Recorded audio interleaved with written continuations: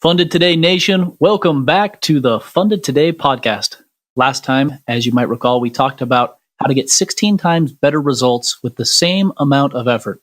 That one was really insightful, and I think you're going to get a lot out of it. So go check it out. Let us know what you think. Today, we're going to get a little bit deeper into pre-launch. That's what our masterclass is all about.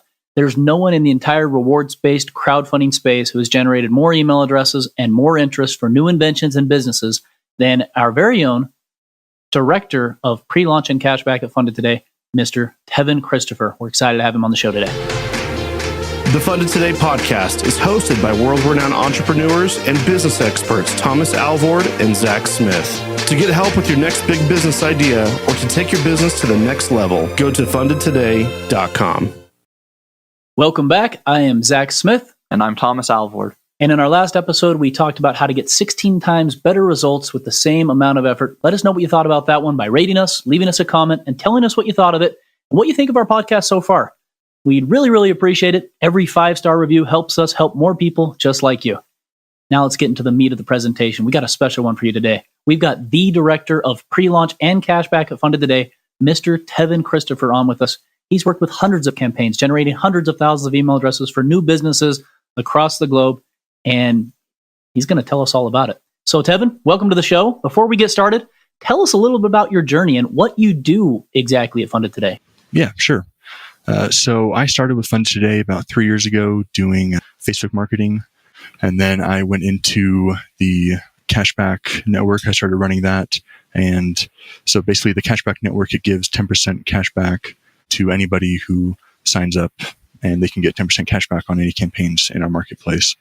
Another thing that I oversee and direct is the email lead generation at Funded Today, where we generate emails for campaigns that are going to be launching, and then we can do email blasts and hopefully generate pledges on the first day, the launch day, and we continue to email those leads throughout the duration of the campaign. Tevin, why don't you share a little bit real quick about what your corporate and educational journey has been? Because I think it's interesting for some people maybe listening to this to hear what your journey has been in that regard. Okay. Yeah. So I graduated high school 3 years ago. So I'm 22. I graduated high school 3 years ago. And then basically right after I had graduated, I had started working with Funded Today doing marketing. So no background with marketing, no college experience, and just jumped right into it and just learning from other people's experience. And I ask that because it's interesting, because as I talk with Tevin here and there, and you have, I guess you could say, tens of thousands of dollars in your bank account, right? Because your expenses are limited, you're not married or anything like that. But then you have your friends who've gone to school and they have tens of thousands of dollars in debt. And as Zach and I often comment and discuss, and again, this is kind of a tangent, you can go and produce value and learn and grow and expand your capabilities without having to go to college. So at Funded Today, we often say the secret to success is work. You just got to work. And that's what Tevin's done, and he's been great. So let's discuss, Tevin, what successful campaigns have ready before they launch. So firstly, you'll want to make sure your Kickstarter page has a thorough prototype section. Even if Kickstarter reviews and improves your campaign for launch, your campaign can still be risked for being suspended. If Kickstarter reviews a live campaign and determines there is insufficient information about your design, they can actually send you a 48-hour notice to update the information on your campaign. And if you don't, then they can suspend your campaign. So having an in-depth prototype section is likely the number one thing that you can do to show your journey and legitimacy of your product. Well, is that something that happens frequently? Suspensions? It's not super frequent that it comes up, but it happens enough that it's worth it to create an in-depth prototype section for your campaign. And what exactly does that mean for the listeners here? You're saying an in-depth prototype section, so they should have some good renderings that show what their prototype is? Right. An in-depth prototype section, meaning just showing the journey up to their launch. Where did they start with their product? What did it first look like when they first created it? What did they learn? What didn't work and what did work? How has the product changed throughout maybe the years or months, however long you've been creating your product? So really just showing everything you have, pictures, information, everything you can, just to show your legitimacy. Okay, wonderful. And I think, and I'll add just a little bit of commentary on that, Kickstarter wants to see you're creating something. So if you took it from Alibaba, they're going to suspend you, right? And if it looks like you actually are not going to be able to create what you're trying or saying you're going to create, then that's a problem as well. So I like that. They want to see that journey. That's great. What are some other things people should look at doing before they launch? So another a very important item to have is Google Analytics linked with your campaign. And you're going to want to make sure you have the demographic reports and e-commerce settings enabled. Those are two very important things to be tracking. Why is that important, or what does that matter? So the demographic reports are important because they show you the age of the people that you are visiting your Kickstarter page. So you can see if they're younger in their 20s, or maybe if they're older. And also with the e-commerce settings, you can see people's pledges coming through and where their pledges are, the sources they're attributed to. So you can track where, like, your ads or email blasts or different things like that. So where can people find how to turn on the demographic and e-commerce settings? Yeah, a simple Google search or a YouTube search. There's likely tutorials out there or easy articles. And so why else? So you want it set up before your launch because you want to make sure it's tracking all of the data.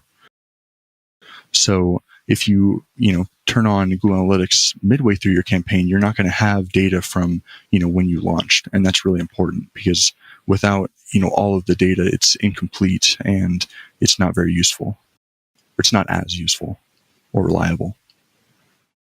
Oh, that's good to know. I remember back in the day when Zach and I used to run things, you couldn't even place a Google Analytics pixel on the page, and it was so hard and frustrating to be able to track anything. And now they make it easier. So yeah, you got to make sure you do that. What are some other things they should be looking for before they launch? All right. So third, you'll want to make sure your Kickstarter goal isn't too high, but you also want to make sure it isn't too low. You want your goal high enough that it looks like a legitimate goal that would be needed to deliver your product. But you also want your goal low enough that it could be hit as soon as possible. Ideally, you want your goal low enough that your campaign is funded on your launch day. Another benefit of having a low goal is that the percentage you're funded looks much more impressive. To put this all in an example, let's say you have a goal to raise $50,000 on your first day, and you raise $20,000. When people come to your page, they see you've just launched and that you're 40% funded. Now, what if your goal is $5,000? Well, now people come to your page and they see that you've smashed your goal and that you're 200% funded.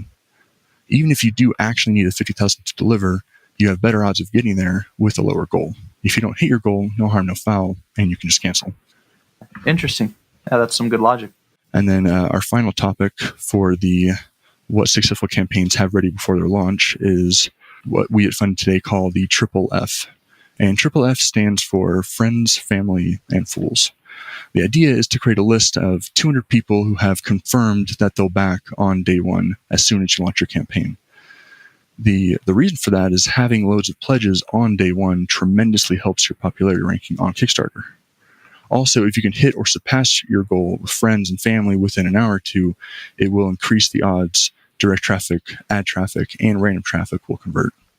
And that's one of the things we spoke about on one of the previous podcasts. And if you don't have the Triple F, yeah, you really shouldn't be launching. That's good to kind of see you emphasizing that, Tevin. We talked about Triple F. We even dedicated an entire podcast episode to it. Do you see, in terms of all of the clients that you work with, how many would you say actually get to that 200 or 300 number or more? A percentage, I would say 10 or 20% that really are, drive into it and get 200 and really push for it. A lot of our clients do use the sheet and they'll fill it out, but I don't see, so about 10 or 20% that actually go through with it to 200. And it's the most important thing you can do to launch, and yet only 10 or 20% of people are doing it. Does that surprise you? That doesn't really surprise me too much. For me, being if I were to be a campaign creator, I could see it difficult reaching out to friends or family, asking them to pledge, especially if you have something that's more expensive. And if that's the case for you, you can actually ask for friends and family to do a $1 pledge. And even that can help your ranking. So it doesn't even have to be a massive pledge. Just really any form of support is something that you should be looking from your friends and family. Man, I had never thought of that. And that's interesting. Hey, if you don't want it or can't pledge, will you pledge $1 to show your support? And so I guess if they don't pledge $1, they're not really your friend or family. That's the only time $1 pledge level makes sense, actually. If you can get 200 of your friends and family to pledge $1, you're going to rank higher on Kickstarter. We always say remove all of the unnecessary extra baggage from a Kickstarter page. But Tevin makes a good point. If you're selling a product that's maybe a couple $100 and you've got some friends and family and some people who just believe in you, no matter what, the fools, as we affectionately call them, maybe it's good to add a $1 pledge level in there for those that aren't going to be able to give you the $200 for the full price, but can still support you with $1. Because here's a tip that people don't know about Kickstarter. To rank high on Magic and Popular, it has very, very little to do with how much money you've raised and almost everything to do with how many backers you have. So a $1 pledge is just as good as a $100 pledge. And a lot of people don't know that. Normally we say remove the $1 pledge because nobody backs at that level. But if you're going to engage with Triple F and you don't think your Triple F network is going to be able to help you out, one of the best things to do is add a $1 pledge level and get them all to pledge there. Because if they're not going to give you $1, I wouldn't be calling those people friends or family. All right, let's move on to topic 2. I want to talk a little bit now about the benefits of email lead generation, why you actually do it. I mean, you talked to the very first about how you've generated more emails than anybody in all of rewards-based crowdfunding, but why do it? Let's go way back for maybe a lot of people who don't even understand the idea behind this. What is the benefit of email lead generation before and then while your campaign is live and then after your campaign is over? And a little bit more on that, what should actually be included in these emails? What are we hoping to achieve content-wise to build your tribe of raving fans? Can you take us there for a sec, Tevin? Mm-hmm, of course. So having a list of emails before your campaign is live can be very helpful. One thing you can do is email the list to ask opinions on your product, before you've launched. You can ask people's opinions on the price, maybe the color, stretch goals, really, whatever you want to be asking them, whatever you need help on or answers for. It can also be a really good idea to leave an open field for feedback so leads have a chance to share whatever they'd like. Once your campaign is over, the obvious benefit to an email list is a launch day email blast. From the second you launch your campaign, you want to do everything you can to raise as much as possible. So it's kind of like another network of triple Fs, right? Like you've got your friends and family, but then you've got these people who are excited to be on your email list who you're going to give an early bird discount to for being on your email list as soon as you launch your campaign. Exactly. Yeah. And having an email list is actually one of the quickest ways campaigns hit their goals. You bring up a good point there, Tevin. I think we could back it up even a second. Everybody asks us, and you probably hear this all the time, how did these guys raise $100,000 in the first 5 hours of their campaign? How did they raise $1 million? And the answer, literally 100% of the time is, well, they had an email list of 200,000 people. Well, they've ran 6 past campaigns and they have 200,000 backers. And they emailed all those backers. Is that pretty much unanimously the answer when we see these big raises on launch day? Definitely. If a campaign has a massive first day, there's always something behind it. A campaign's, they won't just raise hundreds of thousands of dollars on their own just for being that good. Yeah. Okay. Continue. Tell us a little bit more. All right. So what you'll want to be doing with your emails, so you'll want to be sending them you'll want to send an email 24 hours before your launch, when your campaign launches, as well as 24 hours after you launch with an update on how your campaign is performing. What's the idea on the one 24 hours before the campaign? So the idea for the email 24 hours before your launch is just to get a little refresher in their minds, just so they know that it's coming. So then when the next day comes and your campaign launches, they're expecting you to be launching and they're expecting that launch email. Have you found any benefit to having them click the Remind Me on Launch button or any of that kind of stuff, like sending them to the Kickstarter preview link page or anything? We have tried that in the past. It can be nice if they want to leave feedback on the preview page, but we don't do that very often. Okay. Just it hasn't converted as well as perhaps you thought? It's just not as useful as we thought it might be. Gotcha. So, yeah. I'd recommend emailing at least once a week while your campaign is live, as well as 72, 48, and 24 hours before your campaign is over. Just for that urgency side of things? Right. Yeah, you just really want to drive in the point that the campaign's going to be over, and they need to get those, those last the last minute discounts on your campaign. So you bring up a good point here. You told me before this episode that your list isn't exhausted if your emails keep bringing in pledges. And I think the question there is a rhetorical one. Well, how do I know if I'm emailing my list too much? And the answer is, if you're still generating money from your list, you're not emailing it too much. So right.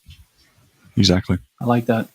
Tell me a little bit about lifetime value now, Tevin. Campaign's over. You've done all the pre-launch. You've done all the in-campaign, live campaign emails. Now your campaign's over. Let's talk about CLV, customer lifetime value.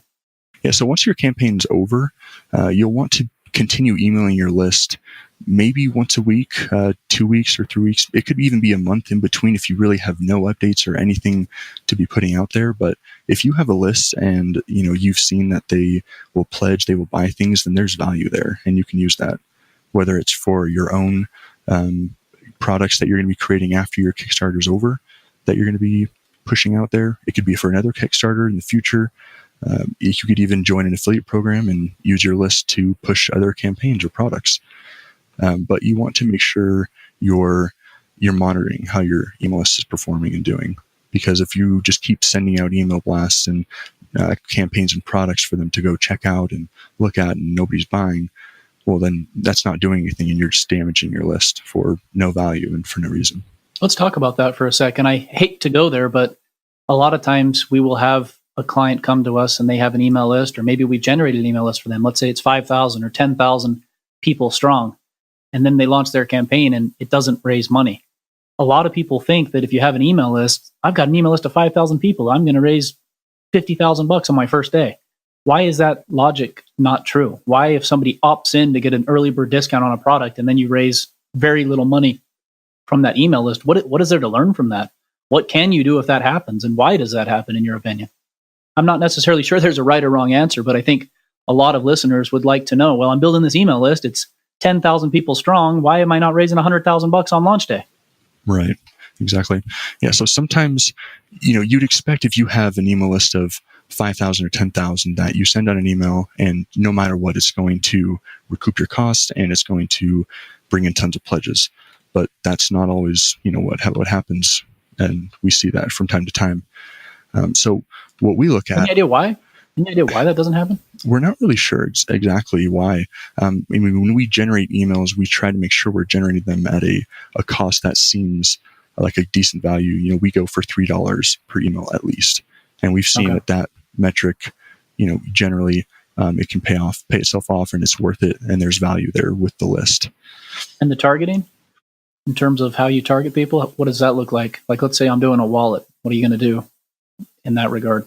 If you're launching on Kickstarter or crowdfunding, we'd likely use a Kickstarter interest coupled with a wallet, interest in wallets. If it's a minimalist wallet, we would use an interest for minimalist.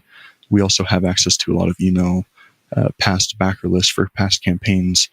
So we'd have tons of wallets that we could tap into and try. So that's a benefit of having Funded Today do your email lead generation, that if I'm just barely starting out, I wouldn't be able to pair that with any sort of lookalike and probably run into some issues there, right? Definitely. So you're saying if you generate an email list and it doesn't raise money, there's no way anybody else is going to generate an email list that's going to raise more money than what you're doing, simply because your targeting is about as dialed in as it can get. Exactly. Is that a fair assumption? Exactly. And also it could be the Kickstarter page isn't maybe laid out the right way, or maybe your product launched during the wrong season. There's so many different variables. If you... One of those 7 Ps, right? Right. If you email your list and it doesn't respond immediately, it doesn't mean there's no value there. You just need to experiment with it, try different subject lines, different email types, different products, maybe just, play around with it and see what your email list will respond to. I like that a lot. Tell me about that. Tell me about a little tip you do for unsuccessful email lists where you basically get feedback from them. Tell me a little bit about that process. Let's say the email list doesn't raise any money. It's 2,000 people strong and the campaign's not going to get funded. What do you do at that point to your email subscribers? Right. At that point, we would set up a survey, and we would email to all of those leads a link to the survey and ask them to fill it out. It would only take a couple minutes out of their day. And, just ask 3 simple questions. You could ask, why did you not back this campaign? You could say, what could we do differently? And if we were to relaunch, what would you back?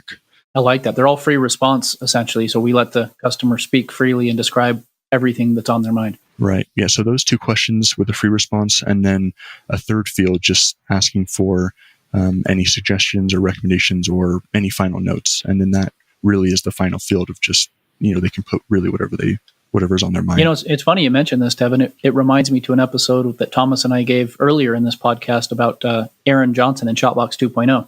I went through all of our history, and it turns out we did that exact same survey with those exact 3 questions. And the feedback that we got allowed Thomas to figure out exactly what he needed to do to change the page, to change the video. It's like you described. It wasn't anything to do with the emails. It was those backers were great.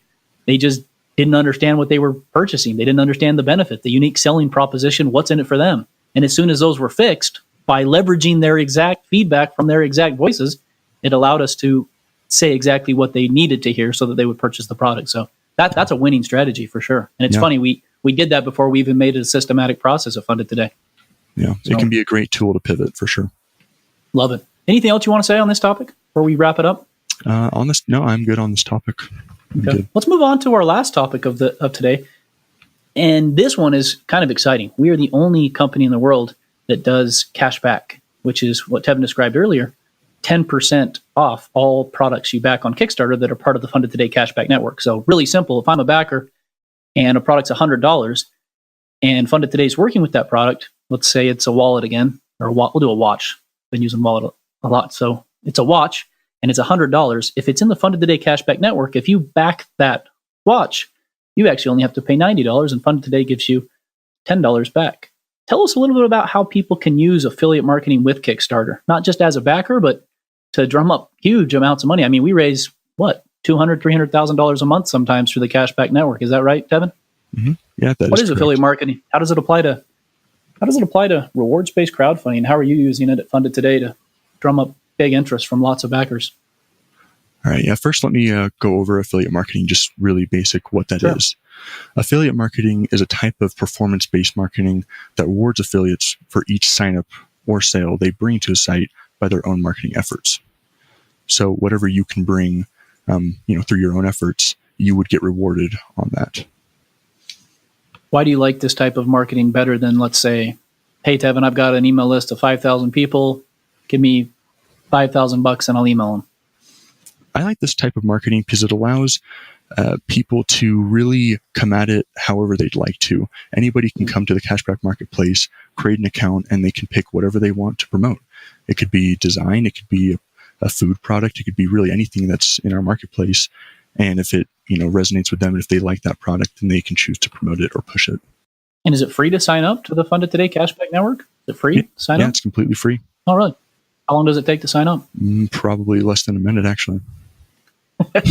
So you're saying if I back projects on Kickstarter, I'm kind of stupid to not be using the Funded Today Cashback Network if I'm going to back projects anyway? Like it's literally no catches. I get 10% cash back and it's free to sign up. Exactly, yeah. Yeah, free account, You sign up and you get 10% back on any campaign that's in the marketplace.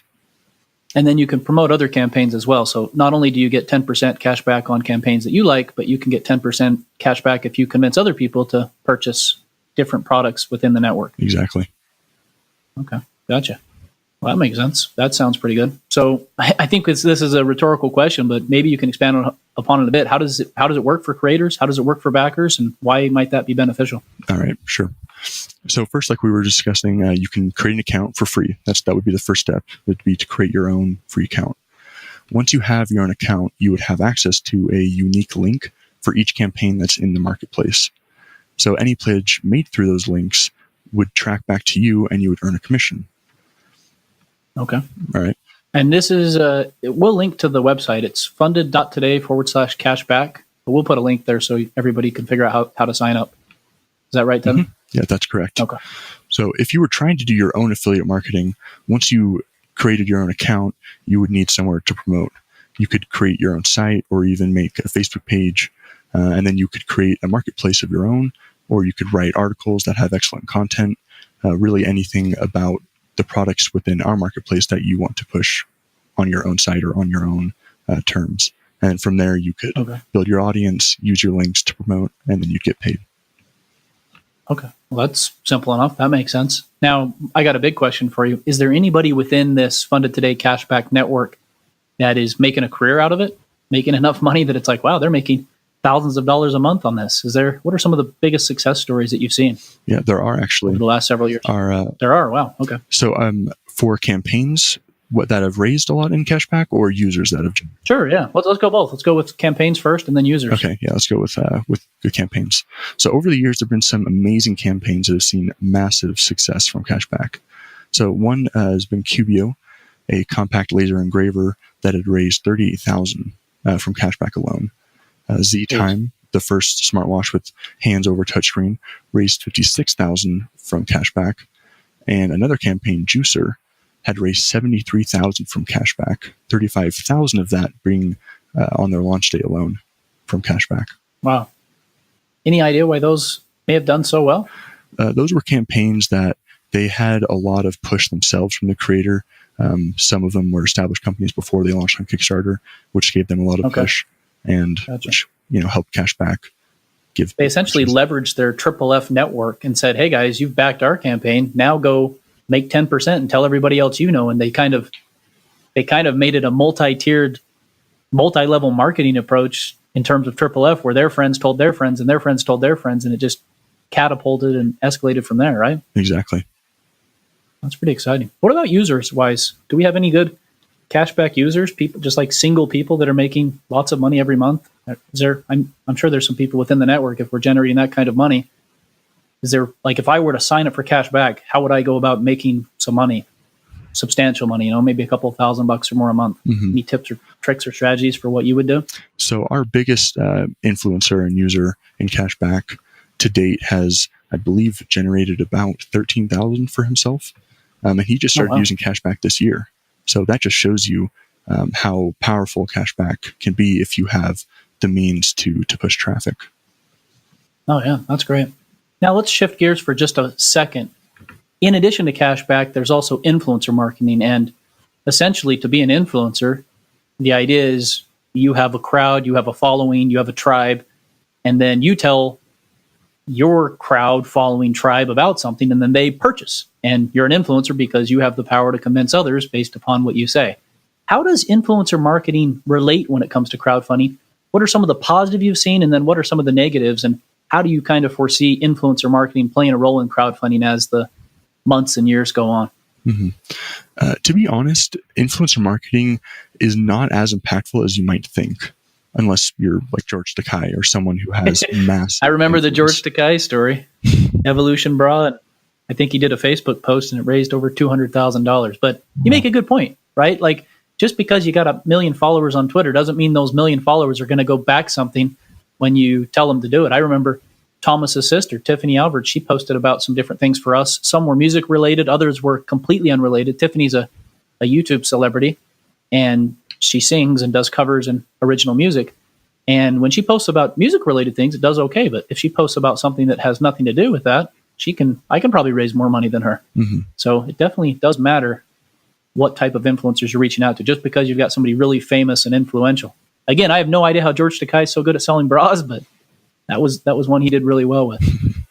Yeah. Anyway, continue on, Tevin. Yeah, so there are definitely opportunities if you have the right influencer, push the right campaign, but it's definitely hit or miss. And even if you have tons of followers, like you said, that doesn't mean you're going to generate lots with a promotion.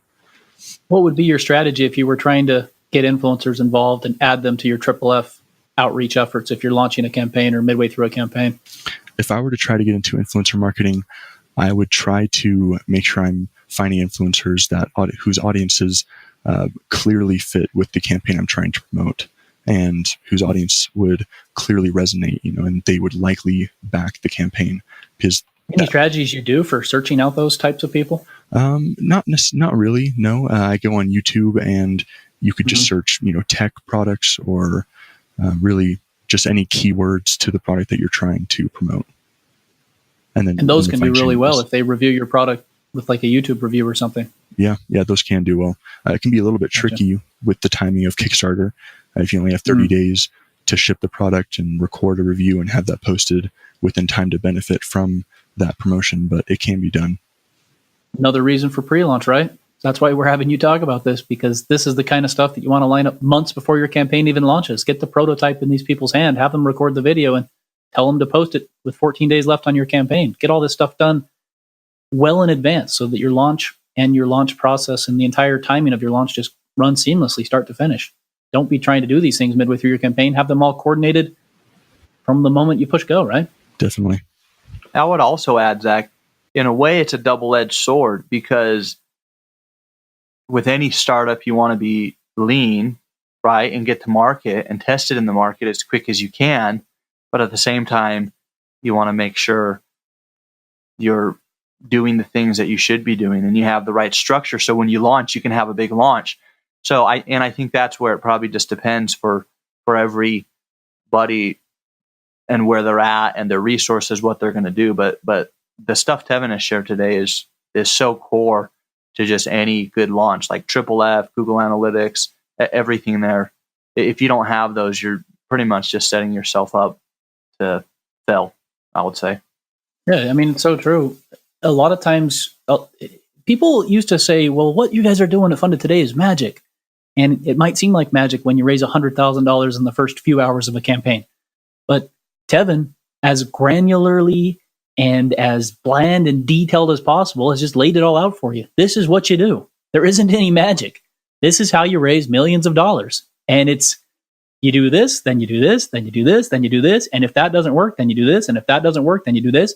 And it's systematic and it's process oriented and it works. And if it doesn't work, process isn't broken, the product's broken, or one of the other P's is broken. And that's all it comes down to. And I think that's what's, in our day and age, everybody's looking for a miracle. Everybody's looking for the next big thing. Or, I mean, even our strategy is to use a lot of curiosity-based ad copy to convince somebody to check something out. But really, all it comes down to is the basics. And we say this week after week on this podcast, and that's why we're going to keep on beating this into all of your minds. The basics are how you have a successful company. The basics are how you build something that's going to last long term. And this is how it starts. It starts from the pre-launch. It starts right from the beginning. And I don't know, this stuff makes me excited. I actually like when I can see it all, when it's all laid out like this. And I hope it makes you excited as well as our listeners to think, wow, I get it. This is how it works. I'm going to try to raise $50,000 on my first campaign. Then I'm going to raise $100,000 on my next campaign. Then I'm going to raise $500,000 on my next. And then I'm going to raise $1 million on my next. And that's kind of how it works. You set those little stepping stones, and then you progress from one to the other until you have this big, thriving, successful, lifestyle-based company that started with a Kickstarter pre-launch. So, Tevin, I loved having you today. Is there any other final comments, words of advice, parting wisdom you want to share with the listeners of the Funded Today podcast? No parting advice or wisdom. I do have a product of the week, though, that I'd like to shout out. Okay. Yeah. Well, yeah, let's talk about that. All right. Yeah. So recently we started working with a campaign called Twins Chopsticks. Before we started working on the campaign, they had raised $46,000. And since being on their campaign for 4 days, they're now at $78,000 total raise, with $7,800 directly tracking from Funded Today. So yeah, with 31 days left, we're really excited to see how far we can take this campaign. What is this product? This campaign is they're chopsticks. They're eco-friendly titanium chopsticks. We've seen that trend right now. Actually, that might be a good product idea for anybody listening. We saw that with straws. You saw the big switch with Starbucks to look at things more internationally. And now Tevin's just giving you a little insider information that Twins Chopsticks is doing really well by saying, let's not throw away chopsticks. Let's make some reusable titanium-based chopsticks. And it sounds like it's off to a really good start. And those are absolutely dynamics, again, kind of on a tangent here, that people need to look at, because look at the smart luggage where people had batteries and then TSA banned batteries, and all of these smart luggage companies, literally not all, but a couple who had raised millions of dollars on Kickstarter and Indiegogo, were now literally out of business overnight from a policy change. So understanding the market, it often is critical and can be useful. Oh, absolutely. Well, Tevin, thanks again for stopping by today. We loved having you. Once again, this is Mr. Tevin Christopher. He's the Director of Pre-Launch and Cashback at Funded Today. And if you'd like to get in contact with him, Tevin, what's the best way to do that? You can email me at tevin@funded.today if you'd like to get in touch. How do you spell that? Tevin is TEVIN Tevin at funded.today. Okay, Yes. perfect. And if they want to join the Cashback Network, we'll include a link to that in the show notes. Thanks again, Tevin. You're very welcome. Okay. We had Tevin earlier give a shout out about the product of the week. And now Thomas and I have a couple of products of the week for you as well. For me, it is none other than the Travel Bag Buddy. That is an RFID travel organizer, and it's the quickest way to access your items on the go and secure a second bag to your rolling luggage. It's designed for speed and efficiency through airport security, and I think that's what everybody's looking for, the whole minimalist aspect of things. This product got fully funded on Kickstarter in 2 hours. They're based out of Chicago, Illinois. It's doing pretty well. There's only 9 days left on Kickstarter, so you might not catch this one on Kickstarter, but you can probably get them on Indiegogo on demand or on their website. Once again, this is the Travel Bag Buddy. That is my product of the week. Thomas, what do you have for us? The eFusion charger, that's spelled E-Fusion. And it actually is a pretty cool product. It's one I actually think I might back. And I typically, ironically, even though we've worked with thousands of campaigns, I don't back all the campaigns, but I see a campaign here or there and I think, oh, that'd be useful. And basically this charger has, I believe it's 3, I'm not sure how many, different outlets. So people who travel internationally know if you're in the US or if you're in South America or in Europe or Asia, the outlets change and you're not able to plug your devices in. So this charger actually has all of the different outlet plugs that you can swap. And then there's 5 USB plugs that you can plug into the back. So you could charge your phone or your laptop or any other device that allows you to charge with a USB. And it allows you to plug into the wall to charge your devices, but it's also a portable battery, so you can take it with you. And the charging capabilities allow you to charge like 2 to 5 times faster than you are able to charge with other charging devices. So it's a pretty cool charging device. It covers 150 plus countries. If you travel at all, check it out. It's the E-Fusion charger on Kickstarter. Once again, we are so glad that we had the Director of Pre-Launch and Cashback at Funded Today, Mr. Tevin Christopher, on the podcast. And next time we have another special guest for you. That's all I'm going to say. I'm going to leave it a little bit mysterious. So you'll want to tune in. I think this one's going to be very exciting. And as always, remember, don't wait until tomorrow. Get funded today. Funded Today is the worldwide leader in rewards-based crowdfunding on Kickstarter and Indiegogo. Combined, they have raised over $200 million and counting for thousands of new ideas and inventions worldwide. If you've got an idea for a new product or invention, visit fundedtoday.com to speak with one of their experts.